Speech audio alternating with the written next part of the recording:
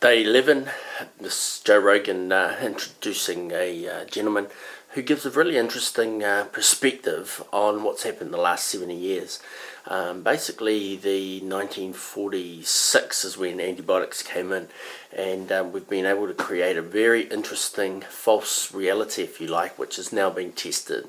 What's up, brother? How are you? Joe, how are you? You hanging in there? I have not been off of my property more or less in 2 weeks, so it's crazy to see another human being.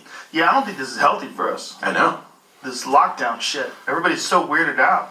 You want to run into people walking dogs, like they don't want the dogs to get close to each other. Like, hi. Everyone's across the street. Hi. And I'm a hugger, right? And Me we're too. in California, so I'm a hugger in California, and all of my instincts are wrong. Everything's all messed up. Everyone's confused. Here's the big question. How long does it take before we normalize and go back? Like, let's say the end of July. Everyone announces we got this thing locked down. We have a viable treatment. It's no different than the flu. You get you this chloroquine with the Z-Pack or whatever the current treatment is. Yeah? When do people start hugging again? Oh, what do you mean? It's going to be crazy. I mean, I think that the idea is we're all so starved for touch that, like, we're going to have a jubilee. This bit's a bit gross, but we'll just run it through anyway. Like you've never seen. People are going to greet each other with tongues who are almost like just acquaintances. Well, I don't think that's a good idea. There's still colds and cooties and all that other shit. I know, but I think everybody's losing their shit. They definitely are. I've been talking to a lot of friends that are on the extremely cautious side, let's say that, and they're not going anywhere, and they're wearing gloves and masks when they step outside their house to go do something in the backyard, and they put the glove and mask down and they spray it with Lysol when they come inside. And a couple of funny things. I had gloves on to pick up some groceries, and I was sitting outside waiting for the pickup. You're online. Anyway, a guy came in with a mask and next door neighbour. So I joked with him and I said, I'll swap you a glove. I had two on for a mask. And then yesterday I went to the supermarket, so I had goggles on and a glove.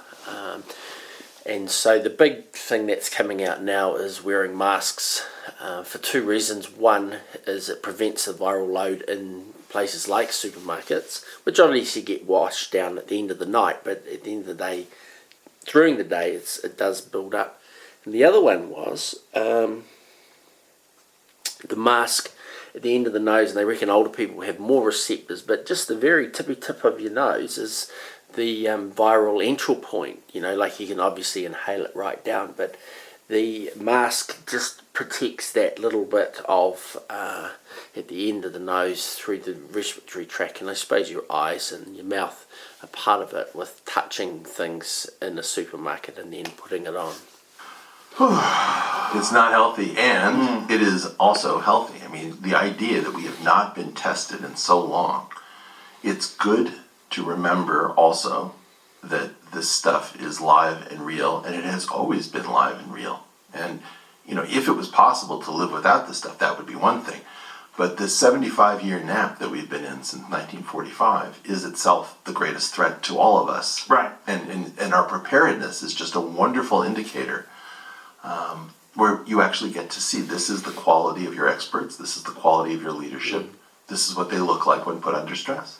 that's true, right? That's a good thing. And I'm impressed with the medical community. I'm impressed with the people that are recognizing that this is a huge problem. Not so impressed with the administration of a lot of these hospitals that haven't prepared in terms of like... Yeah, that was Como back in 2015. He was told you need more ventilators if there's comes through, and he didn't do it, and he spent $1 billion on other things and didn't buy one single, just said I'll ration them better, and now he's complaining I need some more. And that's my other question, is you get these very wealthy cities, you don't think that it's time to put the hand out and have a cake stall and say to your locals, hey, and go globally. There are places like New Zealand who have done a good job and prevented the virus spreading. And if we had spare ventilators and they're going to give us $1 million a ventilator, do you think that we wouldn't want to spend and give 1,000 ventilators for $1 billion to help out? and send them over there by flights or whatever. For $1 billion that can be used in New Zealand in a much more positive way. So these are questions coming up. Masks and ventilators and a lot of these other things. Not so impressed with politicians, but also it just seems like everyone, like you said, was in this nap state and hadn't really been tested. And really, globally, no one had been tested since the pandemic of 1918 like this, right?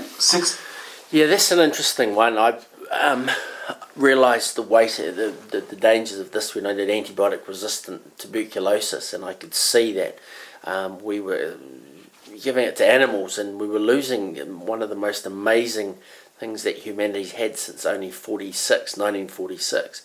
So I've watched how politicians have protected and made money and all sorts of different things from their privilege rather than using it from a public health perspective. I suppose the quick rundown is we had some of the best public health in New Zealand developed from 1861. Gabriel's Gully was the first gold rush, and lots of people came, like 30,000 on a hill there, and typhoid and cholera was threatening to break out, and the local council in Otago, Dunedin, said, well, they're not our people. And this doctor went up to the parliament and said, look, we got this typhoid, this public health problem. And because $1 billion of gold had flooded across the port in sort of 9 months, they listened to him and he was able to write down what should happen. And that's why we've got good swimming pools and water supplies and educated community with good library systems. So that was in 1861, around that time. And New Zealand led, in a sense, globally with regards to very good public health, simply because it was tied up with the gold rush, and one person was listened to. 58, which I had the Hong Kong flu, and 57 were sort of the best parallels to this. You got the Hong Kong flu in 68? I had the Hong Kong flu and was sick as a dog in San Francisco. I was like 3, 4. So, I think it went from 68 to 70. Do you remember it? Oh yeah, I was in San Francisco. My grandma had to come up from LA to care for me. It was bad. It was like one of my earliest memories. Yeah, and so 68 and 57, I think, are the best comparables to this before we go back to 1918, and almost nobody remembers these things. Like, it's very weird. Many people had never heard of the Hong Kong flu when I started talking about the fact that I had. Yeah, I vaguely remembered it until you just said it. And then I'm like, I'm slightly older than you, right? Yeah, I'm 52. I'm 54. Yeah, and I'm 50, and it's 2020 now. I'm going to leave it there. These resources exist on the internet. You can find them. What I'm doing with bringing them to light is just adding a New Zealand flavour to it. I'm still in a holding pattern. I'm not striding out. I've done a newsletter, which I published 2 editions of, and I've got the 3rd one in a week. And so that goes up and down my street, 20 litter boxes. I wear gloves and I print it with new paper, and I take it in a plastic bag, and I instruct them on that if they'd want to take a photo of it in their phone and read it that way rather than taking the paper inside. So they can put it in a plastic bag to read it. So I make sure that the full public health thing of this newsletter, and then a couple were walking exercise and just talking to them over the fence, and I mentioned to them, so I'll be putting that out on the post, so they're going to take it back to Richmond Ave, and they're looking at doing the newspaper there, using the first couple of editions that I've written to be the template for it, and then I'll give them my email address, and then they will then email me a copy of it, and so we'll get an electronic one, but there'll be a physical one that goes out. And one of the guy of the husband or wife, he's the guy that when the alarm goes off, he goes out into the world and runs a fire engine sort of thing. So he gets to know there was a couple of accidents at the end of our road, and he was able to tell me, between the truck and the car, because a lot of the trucks are driving faster now, and cars aren't expecting a truck to be there, and there's no cars on the road, so they're not concentrating as much. And there's been 2 very serious accidents with helicopters and Category 1 disasters. So that's just one of the things that is happening here in South Waikato in New Zealand is we're getting back to a local newspaper just for your street. And so it's spreading, and we'll see how it goes. But it started with a local tattoo artist, and he said, look, I'll never go back to my business. And I said, well, what if we can use your art, because that's what he was doing to pass his time, and share it with the rest of the road. And that's where the newspaper came. So it was the impetus to give him an outlet for his artwork that and I can put a newspaper together, no sweat. Student unions and student politics and stuff at university, and that's taught me how to communicate with a group. Even at campus, I was one of the first to have an online community develop. We had our first online AGM back in the day, and so I've been experiencing back before actual Wikipedia started. I had created an undergraduate online journal.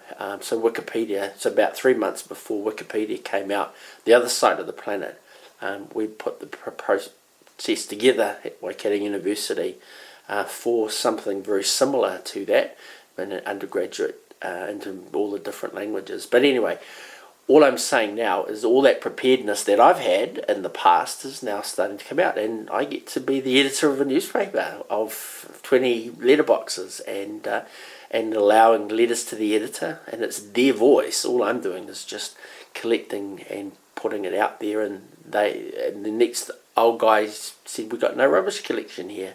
In town they do, but we don't, and we're on the road to the dump. So he's writing a letter to me which will get published, and that will then assist in how people put their rubbish bags out, and then they'll get picked up. And luckily we've got the mayor at the end, so when I put the letter in, I've got the audience of the mayor at the end of our street for our 22,000 people in our district. There's 60 mayors, I think, in the whole of New Zealand. So we've got one of them who's my avid reader. Anyway, I'll leave it there. Oh, unless we will have a little bit more of a listen. I don't remember the Hong Kong flu, but I do. You know what I mean? Like, I don't remember it personally. No, but you as a health geek are up on these sorts of things, and so you understand the ways in which, for example, you can have a flu where the cytokine storm, is the threat from your immune system is like bigger than the virus itself. There are all of these various weird things that happen, but I think that let's call it the big nap. The big nap is itself the greatest threat to us, and this is bad.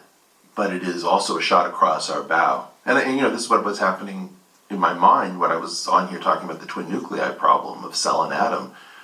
We didn't stop history. It's not like we're past atomic war, like we figured that out. We just hit the pause button for a little while and we hit snooze. Yeah, the fear is also that nefarious players will take this opportunity to erode civil rights, to erode civil liberties, and then China to gain power in the U.S. market, to gobble up a lot of stocks while everything is down, and try to increase their stake in our economy, and try to push. Yeah, it's an interesting one, and I'm a fan of progressive taxation. I've just written in my last video, day 11, where first dollar of everyone is tax-free, and then the millionth dollar is 100% taxed, and every dollar after that's 100% taxed. And there's a linear line between the 0% and the 100%. So the area under the graph, which is basically 50% of the million, is what a person maximum keeps, and that's for 20% of the GDP to run the government. And it encourages the people to move it out to 2 million or 4 million, where the 100% is the marker with the linear line. It's easier to explain with graphs, but these issues that they're talking about, where one country gets over it and then goes out and buys up another country that's scrambling, so in some ways, do you suspend the share market in this period of time, and you've got legislators trying to work out the public health issue. If you're sick, it's very hard to think about the bigger picture. Anyway, let's not get too far into this.